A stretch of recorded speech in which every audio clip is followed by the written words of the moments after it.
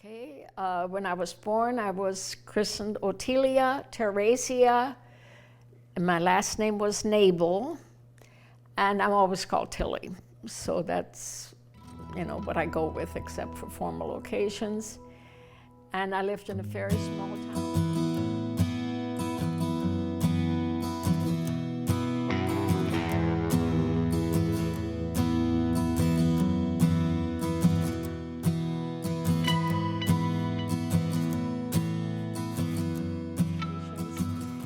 And I lived in a very small town of about 2,000 people called Lonquide. And that is where my mother had grown up. But she went to the United States and became an American citizen at one point. She came back to Germany because of the Depression here in the United States. This was in 1932. And while she was there, she met my father, who was a local businessman. He had not been born there, but he came there. His name was Nikolaus. And he was an entrepreneur. He already had a store, stationery, books, paper, magazines, all kinds of things like that, a stationery store, basically. And he had had a very, very hard life. His parents died when he was 12. He left school at that time, but he never stopped educating himself. As far as I know, he was just brilliant. He was very artistic. He was an area newspaper editor for for the territory. We had a regional newspaper, and he was a reporter and kind of editor for that, and that gave him some privileges. For example, he had a car and a telephone, which in 1936 not everybody had. And unfortunately, he got drafted and killed in Russia, so I have just a few pictures of him.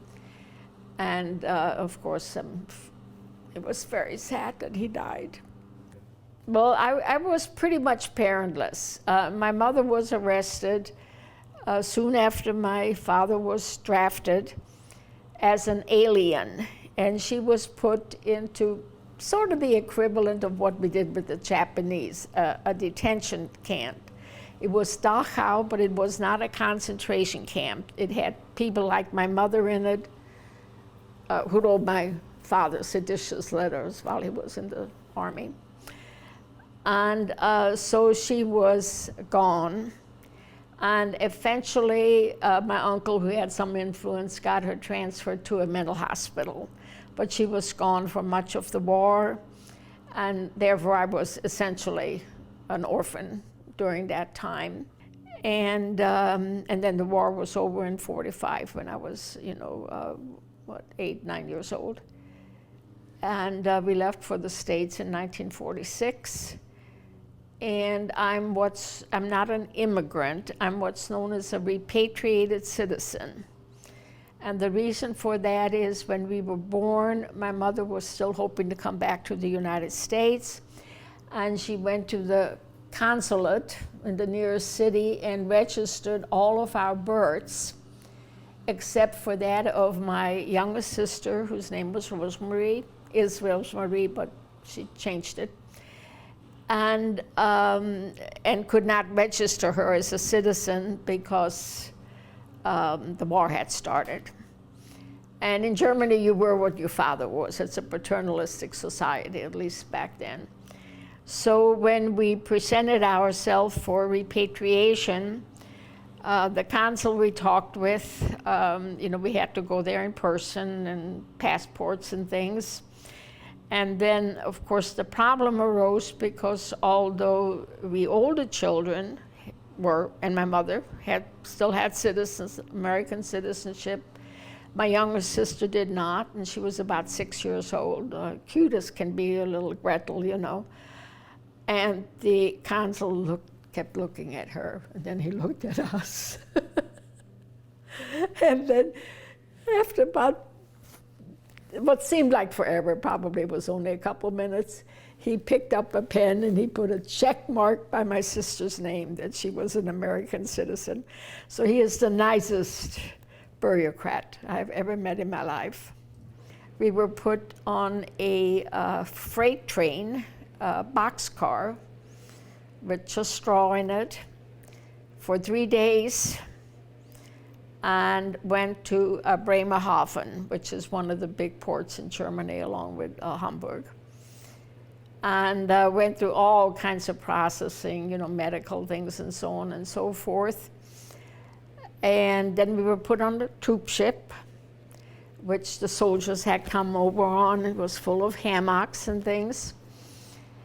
And it took 11 days. Roz actually found the name of the ship. I don't remember it, but it was a troop ship and ferry. You had a little wooden bunk and so on.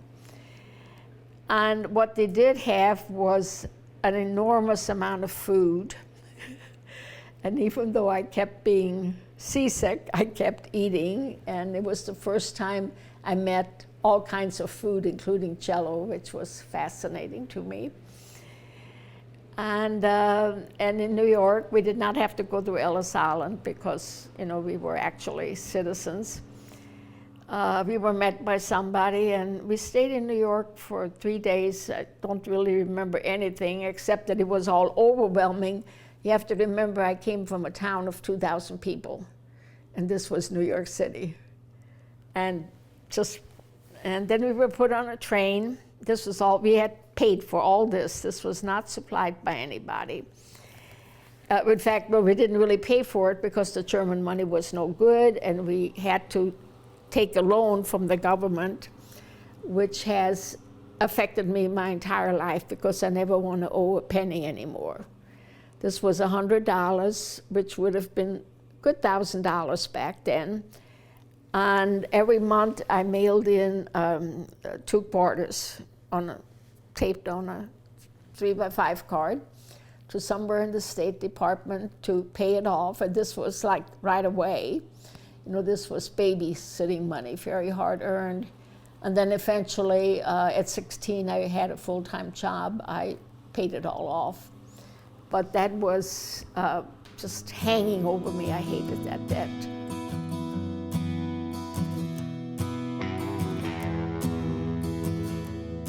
Okay, well, this is a picture, I would say, in the happy days.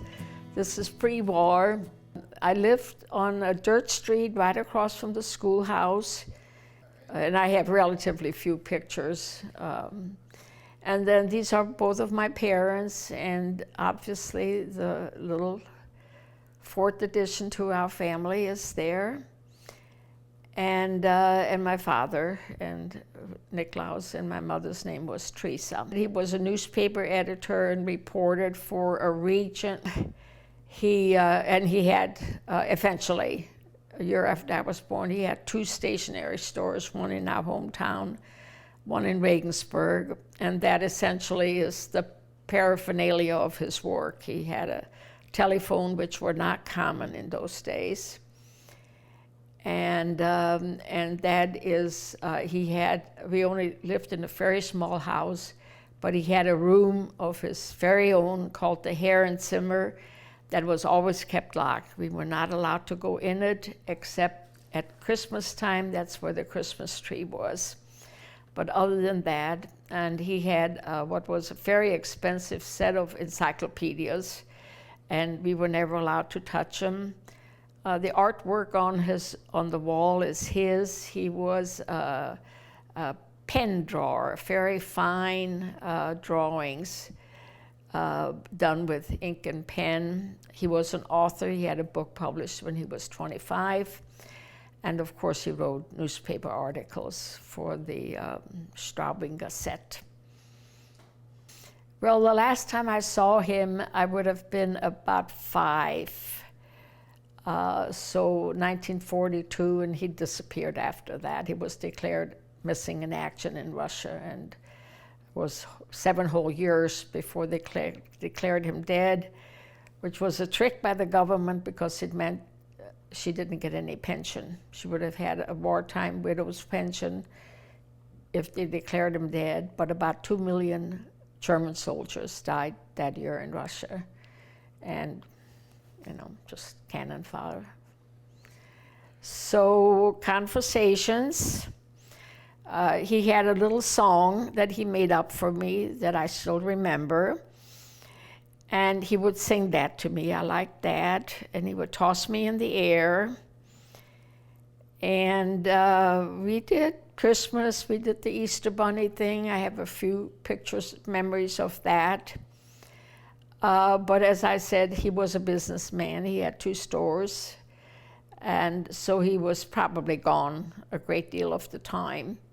And when he bought the 2nd store, my mother went to manage the 1st store. And I was largely raised, but what I guess you could call nannies. We had Rosa, who was a farmer's daughter, and we all loved her. And then for a little while, we actually had a maid from Russia. And we had lots of Russians around. All the farmers hired Russians, prisoner of wars. They went to work on the farm because their sons were mostly, drafted. And they just walked around town and worked and were free, and I guess they were glad not to be fighting. But there was no problem whatsoever. And as I said, we had this Russian maid, her name was Maria, and probably about 2 years. And that was before my mother was arrested.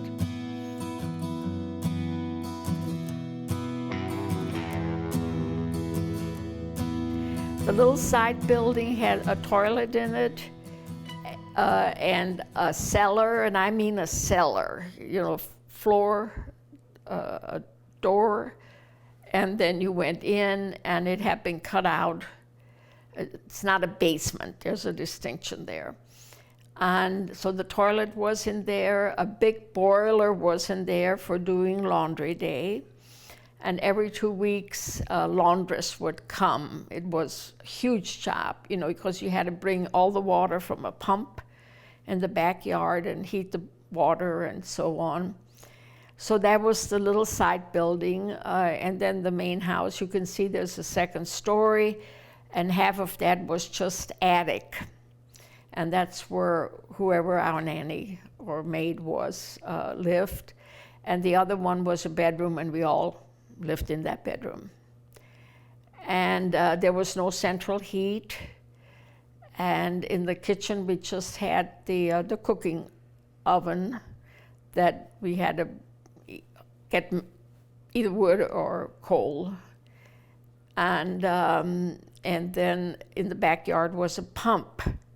So you had to carry water both in and out. So taking a bath was, everybody shared the same tub, it was just a huge thing.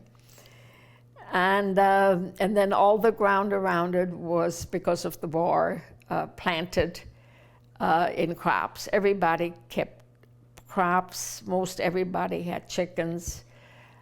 We had geese and ducks, and every now and then a goat. And next door was a bee farm, and we got some honey from there, but not much. So we did have electricity, but as far as I remember, it was just, a few overhead lights. No appliances, I don't remember anything. And, but I was on the edge of town, right across from school, and, it was home. This is when we went back. Obviously, I was quite a bit heavier. And our house had been bought by a dear girlfriend of my older sister's, so that couple had been there ever since 1946 when we left. She was at a meeting. She came home later, but that was the man. And the courtyard's paved. Everything was mud, when I left the street and the courtyard, and probably way more planted up. And you can see the little side building. And they had obviously put in a bathroom and electric. It was way modernized.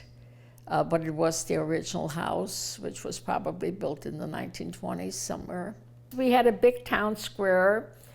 Our town was called a Marktplatz, which means there were many surrounding villages who came to our town for church, legal services, whatever medical services there were. And that was the church, which was the gathering place.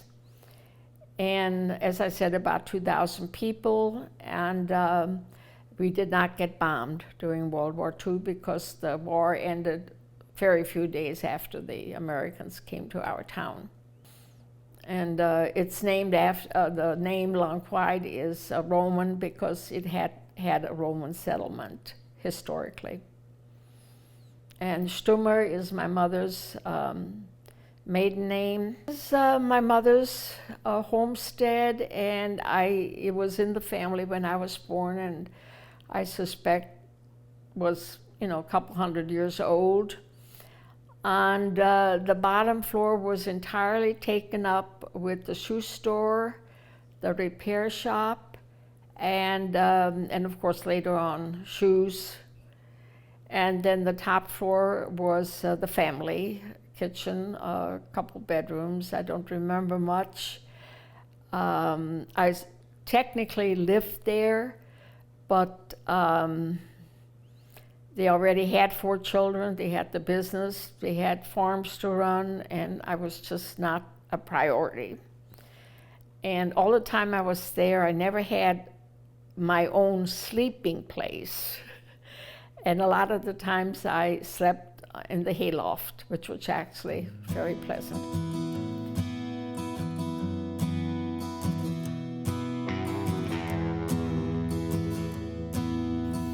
This picture was taken in the United States. What happened is within 10 days of the time we came, a cousin was getting married, and the relatives came from Chicago. So it has my mother's sisters in it, brother, and all of us siblings. This is my passport picture. I was not around. I was away at the convent school when the others had their picture taken. So I have a separate picture, but we're all on my mother's passport. And this is after I had a year of quite good food. This was at the convent school. And as you can see, I was not a starving waif, which surprised everybody because that's all they had seen, the pictures from Europe. Many people did starve. It wasn't funny. Okay, this is a picture of my entire family. My mother's in front, and then my siblings, my very handsome younger brother is right behind my mother, and the rest of us, the older sister, younger sister. I was a middle child, no status whatsoever, and we're in front of a small house that my mother bought, was very proud of. It was quite small. It had a carport, and it was in Afton. It was just past the city limits. And it's the house that I lived in that I got married out of. All of my siblings finished college and have at least I have a master's. Nobody has a PhD, but we all 4 have bachelor's and master's degrees. And my sisters are alive, but not my brother. And my oldest sister has been a little invalid much of her life and has very severe dementia now. But she's alive. And my youngest sister is probably my best friend. This picture is my graduation picture, and it was in the newspaper and all that. And you can see there's 5 of us, and 2 of us are girls. And that's the way the school did it. It did not have one graduation speaker. There were 5 of us, and you can see that the men are holding my mouth because I probably talked a lot even then. I graduated from Southwest High School in 3 years. So I was 16 and enrolled very briefly in Harris, but then my mother was hospitalized for many, many months in a mental hospital. And I had to go to work, and my oldest sister also. So we kept the expenses up. And then in May of the year, I graduated in January, I got a letter from Washington University that I had won a 4-year full tuition scholarship because I had the top grades in the class. And I was working as a clerk typist, bringing in money, and my mother was still in the hospital, and I really felt that I couldn't go. And I had just met Leo about a half year before this, and he said, well, it won't hurt anything to start, which was true. So I went ahead and enrolled, and I always worked at least 30 hours a week through my entire career at Washington University, and most of that was at the medical school, which was really, really educational for me. And I did a lot of translators because so much of the literature in pharmacology was in German. And I was really just the go-farer and the second secretary, but the secretaries kept leaving. So by the time I graduated, I was really running the place, but still getting paid, $1 an hour. That's the money I made. But I loved Washington University, even though I was a streetcar student. And I did well. I graduated Phi Beta Kappa and all that. So my school has always been my very favorite institution. Obviously, I was a very anxious, eager student. The first year that I came, I was sent to a public school in Chicago, huge school, and plopped in a desk and a bunch of books before me. But there was no effort, there was no English as a second language, nothing. You just had to pick it up. And about 2 weeks in, I took a spelling test. And I got one wrong, and I kept sobbing. So that's the kind of student I guess I was. I was very conscientious. I always did my homework. I behaved very well, because school was one place where I never got yelled at. I quickly found out if you just behave yourself, and adored my teachers at Southwest and mostly at Washington University too. Because my home life was incredibly chaotic during this time. So school was my refuge.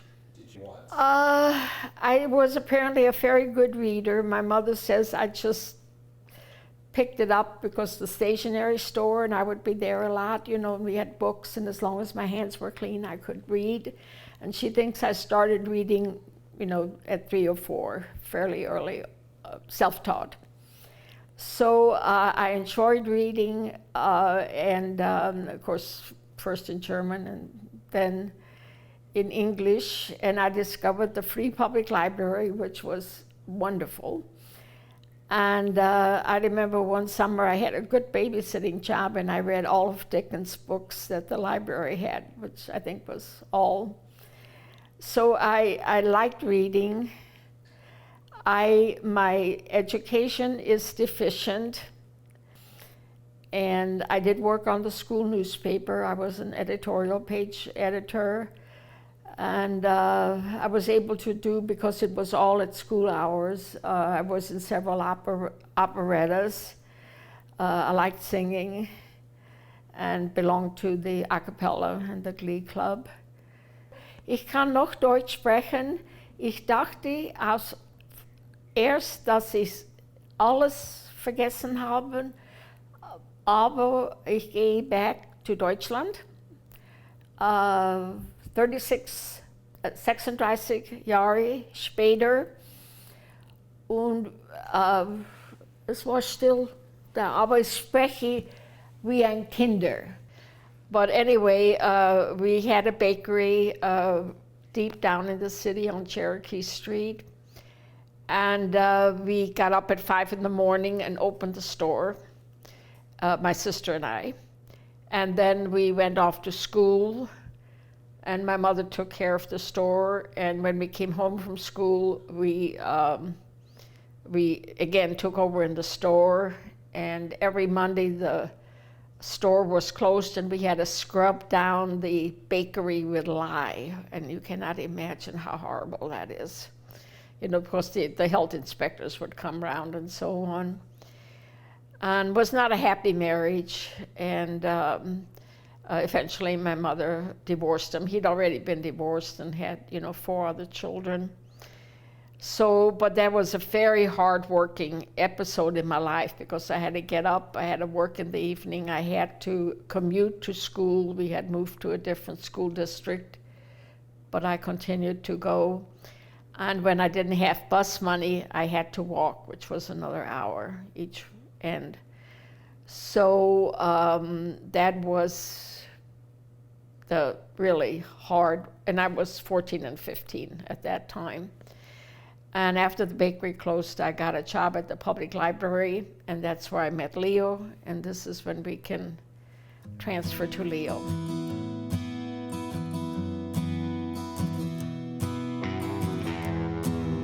So I was working at the public library downtown, shelving mathematics books, which somehow gave Leo the idea I knew mathematics. And in this picture, we are on a boat, probably within a year after we met.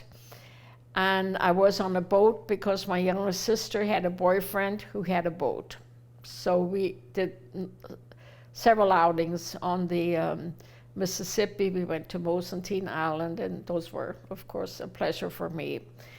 Leo was an older man. He's exactly 5.5 years older than I am, and he was in the service, and we were all told to beware of soldiers.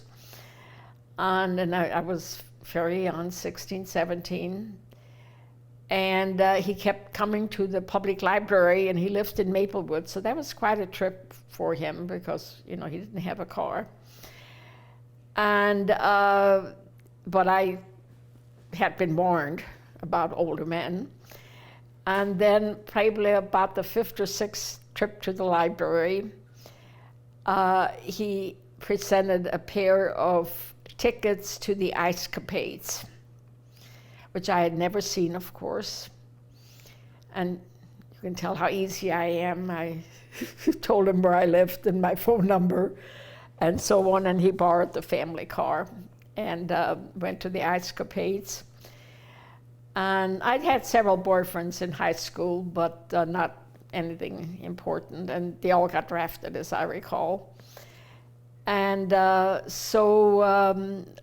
I said, he encouraged me to go to the Washington U. And we only dated on Saturday night because of my work schedule. I worked all day Saturday at the medical school, and he was finishing up his engineering degree.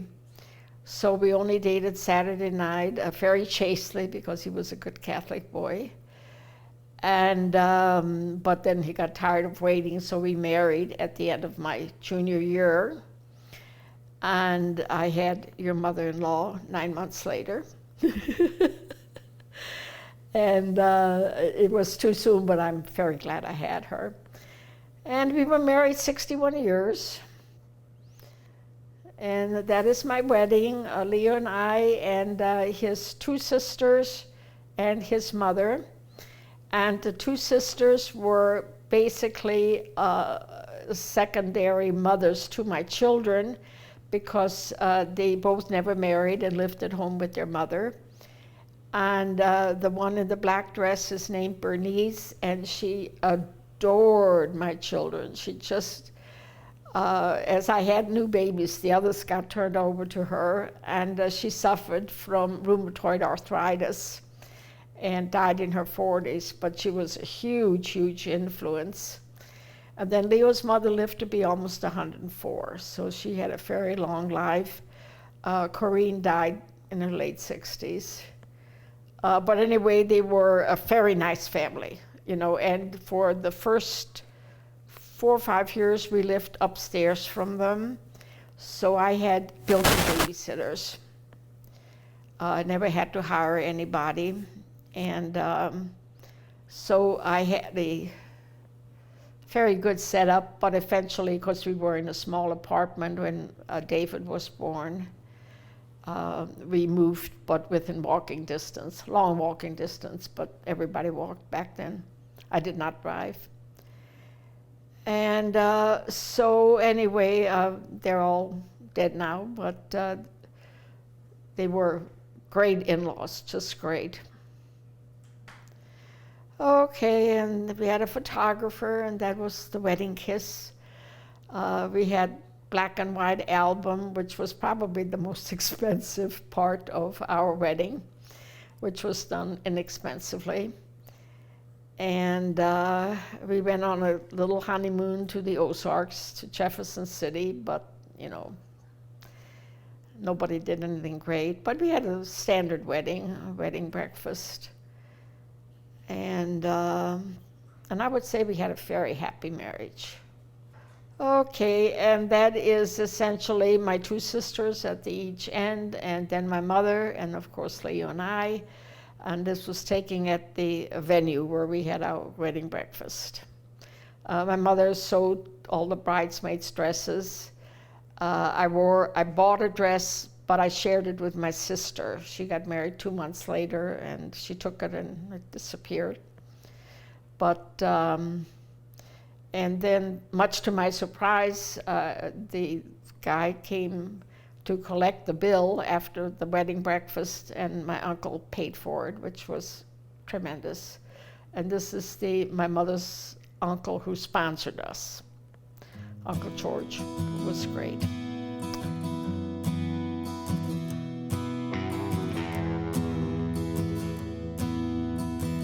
Okay, the picture that's showing now is a two-story complex. It was one of 5 that was built in the 1920s in Maplewood.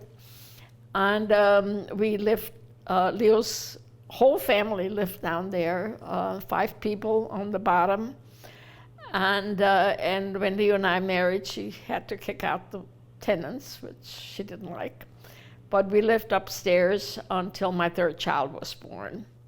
No, this is still the apartment. Okay, eventually got a TV set, but not right away. A non-working fireplace. And it really only had 1 bedroom. So we used the dining room for our bedroom, and all the children were in the bedroom in back.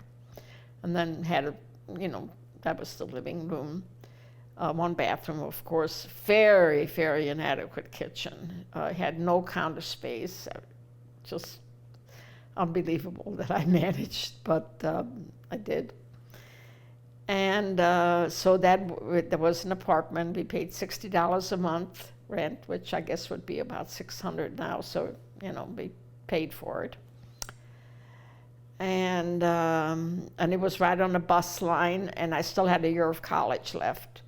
So I had a bus, and then I had to change to get to WashU, but I did it. And then this is the very first house we bought. It was in Richmond Heights, but just barely over the city limit. And a company had bought it and built a house next to it because the original lot was an acre. And they built a new, smaller house. They subdivided the acre. So our house was an acre deep, but only 45. The lot was only 45 feet. And this was the living room. And dining room was at the other end of it, but it was a big dining room. I already had the table for 12 way back then, which we bought used. Okay, and that shows the backyard, and it shows what I call the porch, which was fairly roomy, and but not heated. And you can see I was gardening. I always grew tomatoes and lettuce and herbs.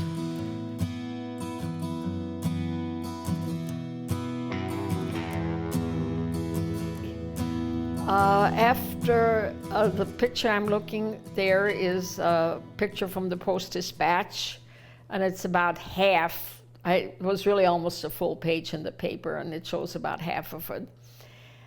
And what happened there is that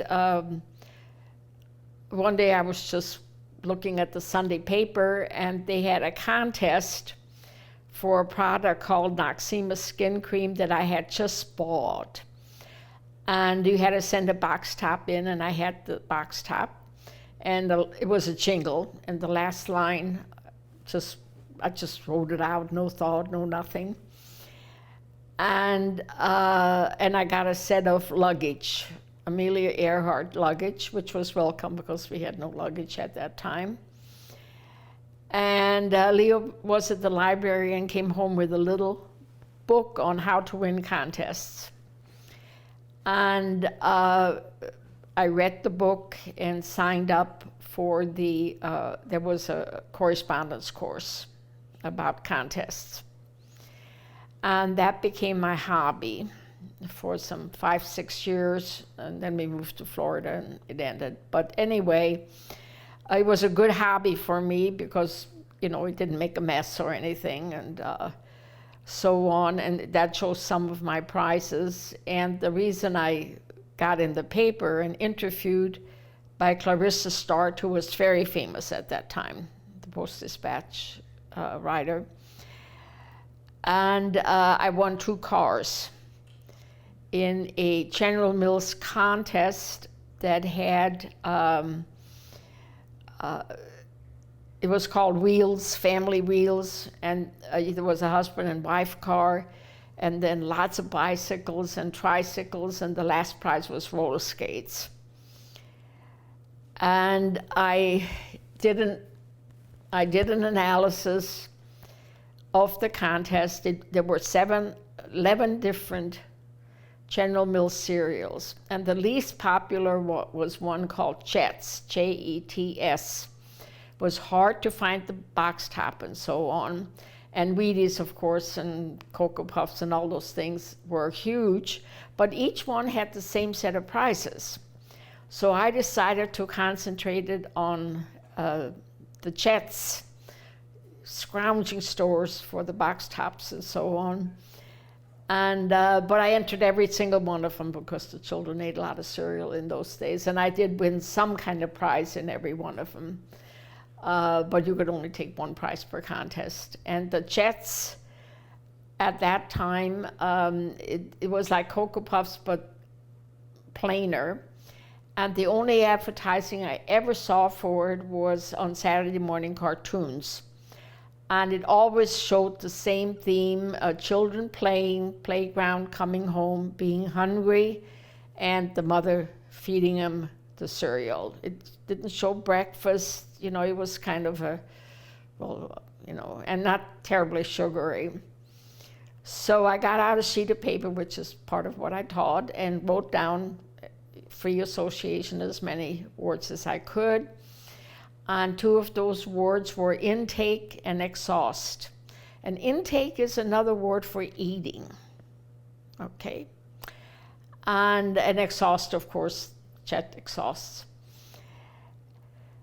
And you could send in 10 words, but you got 35 points for brevity out of 100. So you couldn't send in 10 words. You weren't going to get those 35 points. So I decided it had to be really short. And the one that won the cars was the name of the cereal, Jets Intake Reduces Playtime Exhaust. So I got the children in there with the playtime and so on. It was only 4 words plus the name of the cereal. So it probably got the brevity points. And, once again, I knew what I was doing, but still, but anyway, I won the 2 cars, and I was then asked to teach a class on how to win contests, which I did for about, 5 semesters until we moved to Florida. And I got interviewed. I was on television 3 times with what was then a popular noontime show, and radio programs, and a lot of publicity. And then, of course, this Clarissa Starr thing was the big thing. When I found out that I won the 2 cars, the irony was that I did not know how to drive. We only kept one of them. The other one we left at the dealers, who gave us enough money for it to pay the income taxes, because you had to pay taxes on it. But it was very lucrative, easy to do, and I was successful at it, made a lot of friends from my students. So that was a really fun hobby, yeah. And of course it helped. I always had plenty of stuff to give us Christmas presents, you know, watches and things like that. But the only 2 really big things I won was the cars and the trip to the World's Fair, which was fabulous.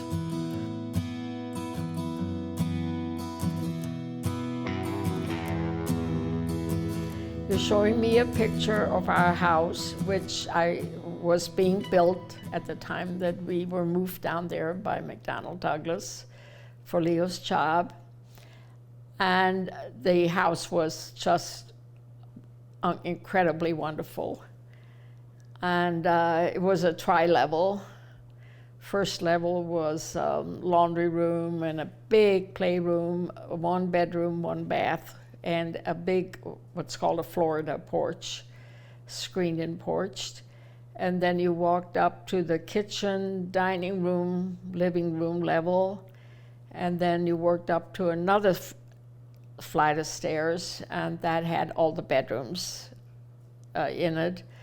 It was the first time, you know, we had the master bath right there, and the children had their own. We had 3 full bathrooms at that house, and of course a modern kitchen. And it was built in what had been orange grove for many years. So Leo would, during about good half of the year, go out and pick a bushel of oranges from the grove, which had been abandoned, but it made very good juice. And we had lovely neighbors, and I would say that those were like just really totally happy years.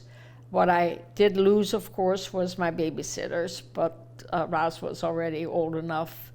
And I hired somebody once, and Roz said, "Pay me." She didn't do anything, you know. So anyway, was very happy. And later on, you'll see a picture. We square danced, we roller skated. I had a hiking club.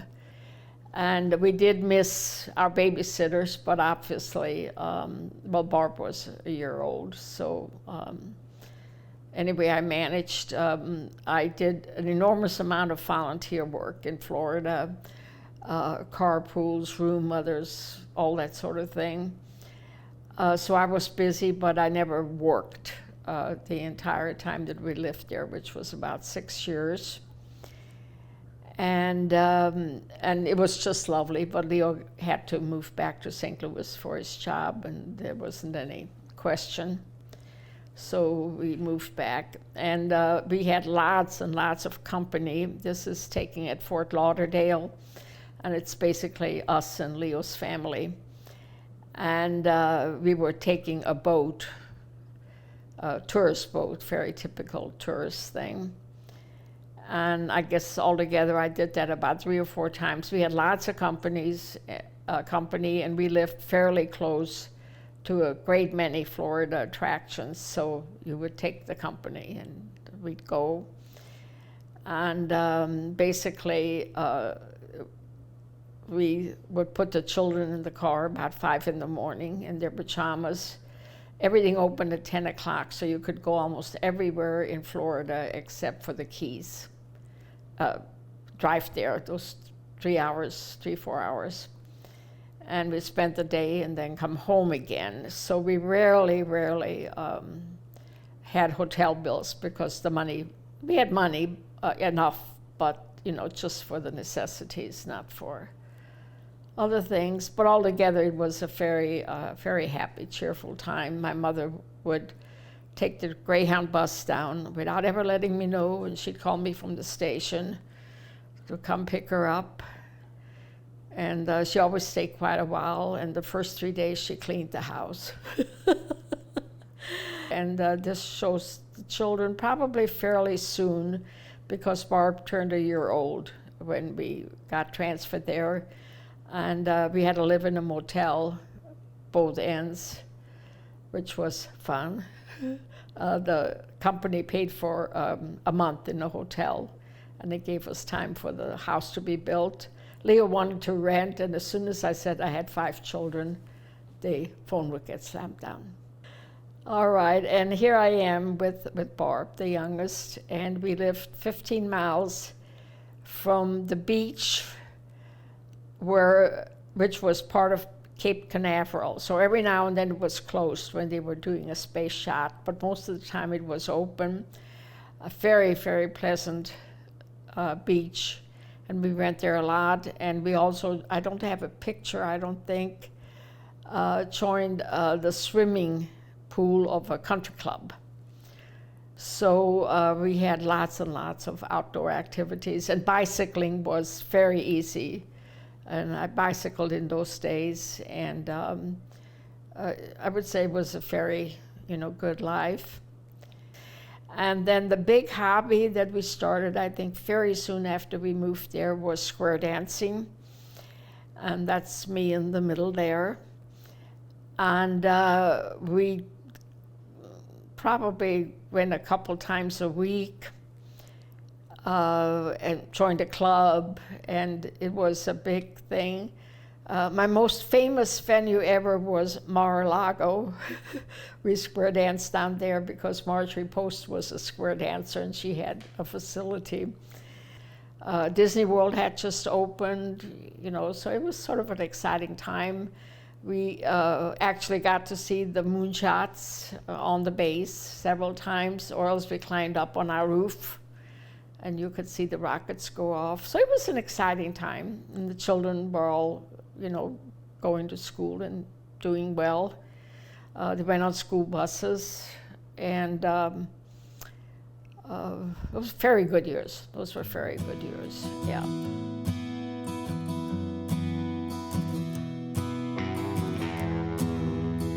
But we had to move back to St. Louis, and Leo had to come right away. So I was left alone in Florida. Well, actually just Barb, and I had to sell the house and all that kind of thing. I saw this house late in the afternoon and came back. Leo had been working to the motel, and I said, I found the house. Leo said, no, we're going to keep looking. And I said, we found our house. And the setup, the number of bedrooms, the location, it was empty, so I didn't have to wait for the family to move out. And very fortunately, because our 30 days had run out, the previous owners let us move in till the paperwork and everything was done. And I remember that we paid them $30 a day. And my mother-in-law was just aghast at how much we were paying. But of course it was wonderful. And so we have been here since 1972, long time. And of course the whole area has expanded tremendously. We were basically out, there was nothing around, no stores, no nothing. And now we're very, very basically urban. Then one day Leo sat me down and said, we were spending his salary. That was, there was no savings, nothing for college. And he told me I had to go to work. So the first thing I did was what I called my Head Start program, which was 2 years of community college. And all I took there was business classes. The computer was new, it was the punch card era. And I graduated with a degree in accounting. And I went over to UMSL, and they really did not know what to do with me. You know, I already had a degree and so on and so forth. So they sent me to the dean. And this is actually kind of an interesting story. And they had just opened their MBA program, but had only, I think, 2 women in it. So he pointed out that that was a much better degree than another bachelor's degree, and enrolled me in the MBA program, which was very scary to me. And I finished in 2 years, so that was good. And then I'd gone down to Guatemala to meet Ross's, they weren't in-laws yet, but future in-laws. And got a phone call while I was there, and that's actually a pretty interesting story, but I will skip all that. And they asked me to take over 2 classes that were way too large. They were beyond the rules. And this is how I got my job at UMSL, which started as an adjunct, but I eventually got tenure, and I was there for many, many years and was happy.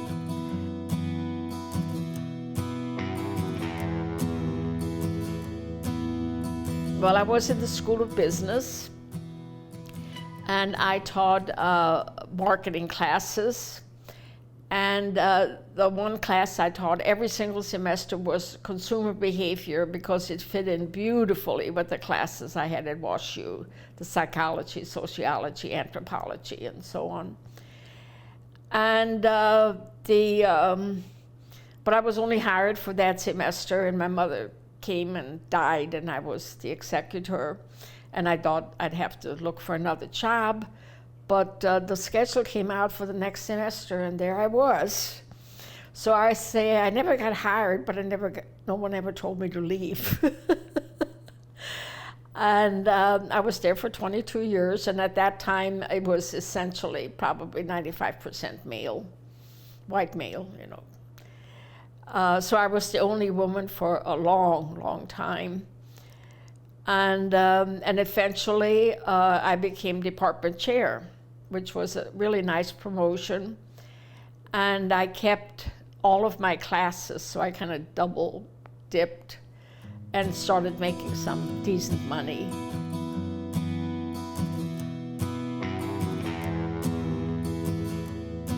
So I'll start with Roz.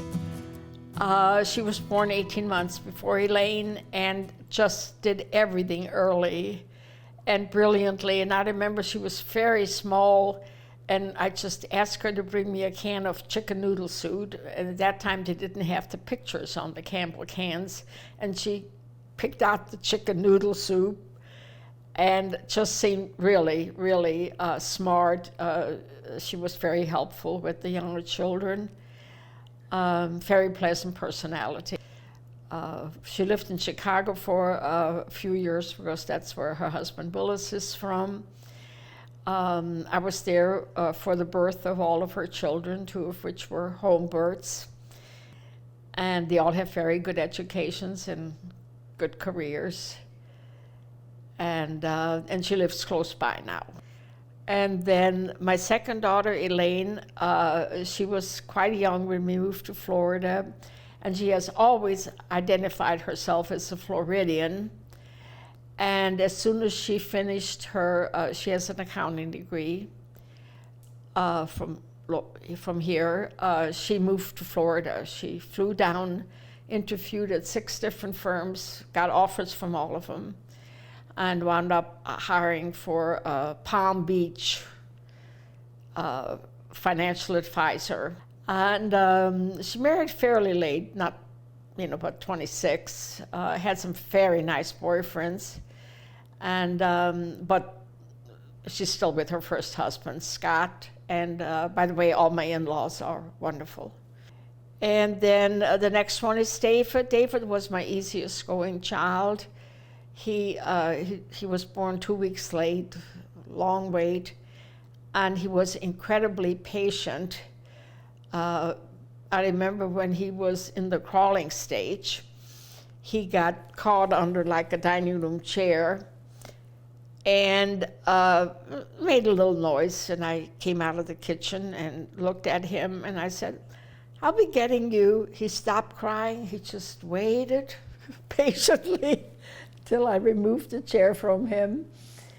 And whoops, I'm back again. And very, very easygoing. And David also became an accountant and a CPA, but has stayed on, well, he's a company accounting. And he went to work for Enterprise and got moved several times, and he now lives in a suburb of Phoenix. And so I have 4 grandsons out there. And then Leo Paul married a young woman from Japan that he met at Rolla. And I knew her quite well because she always came home. Rolla closes, like Thanksgiving, they just close the dorms, and you have to go someplace and you live in Japan. That's not easy. So he brought her home quite a number of times. And in fact, Willis also lived here, at least one summer. I always had extra children in the house, it seemed. But they were fine. And so he married an extremely smart Japanese woman who has multiple degrees, including a law degree from Harvard, and all kinds of honors and everything. And she has had a worldwide career. They had just one daughter who is incredibly lovely and also incredibly smart. And Katie was married this spring. And so that's Leo Paul. And then our last one was Barb, who came along about 3.5 years after Leo Paul was born. And the early years were in Florida, which I said was very pleasant. And Barb was a lovely little baby, and they have 3 very handsome, smart boys, all of them college. One of them is in the Navy now. And she's also a very beautiful grandmother. The problem she has now, and it's also kind of my problem, is that none of the boys are in St. Louis. They're all basically on the East Coast. And so she has an empty house, and I lost 3 very tall, light bulb changing grandsons, and they're beautiful boys, and just as nice as can be. They got it all, the brains, the looks, the height, great parents.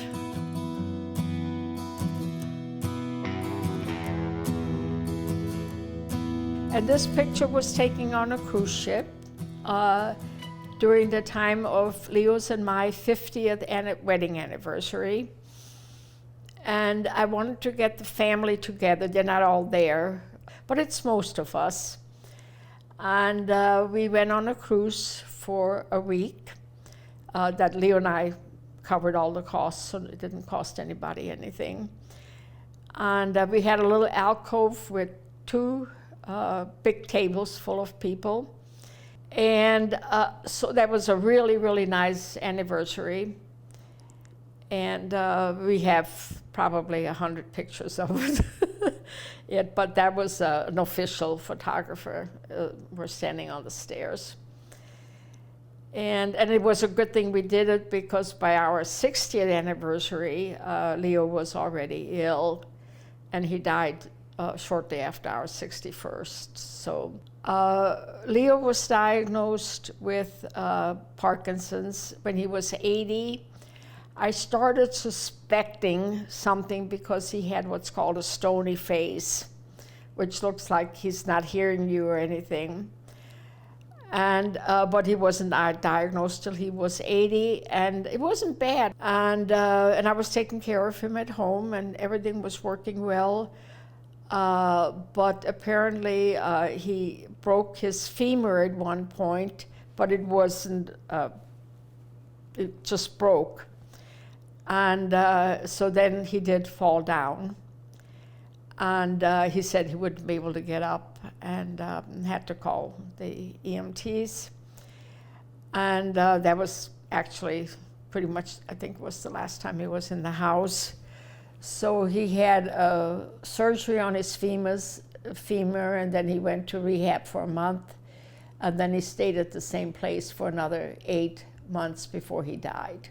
Leo, as I said, was an engineer, and he was a number man, and he used to say, I have good numbers. I've been married 61 years. I'm 87 years old. You know, lots of offspring. And he seemed to love me, which is not always easy.